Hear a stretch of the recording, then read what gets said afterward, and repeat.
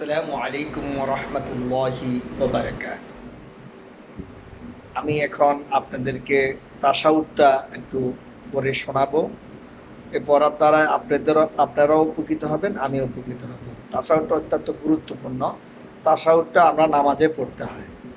৪ রাকাত নামাজের ক্ষেত্রে ২ রাকাত নামাজে এটা একবার পড়তে হয়, আবার ৪ রাকাতে আবার পড়তে হয়। ৩ রাকাত নামাজের ক্ষেত্রে ২ রাকাতেও তাশাহুদটা পড়তে হবে, আবার ৩য় রাকাতেও তাশাহুদটা পড়তে হবে। আর ২ রাকাত নামাজের ক্ষেত্রে ২ রাকাতে ২ দ্বিতীয় রাকাতে এসে তাশাহুদটা পড়তে হবে। তো আসুন আমি পড়ি, আপনারা শুনেন।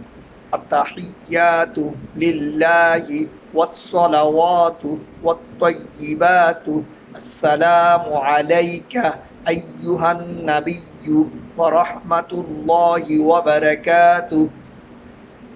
السلام علينا وعلى عباد الله الصالحين أشهد أن لا إله إلا الله وأشهد أن محمدا عبده ورسوله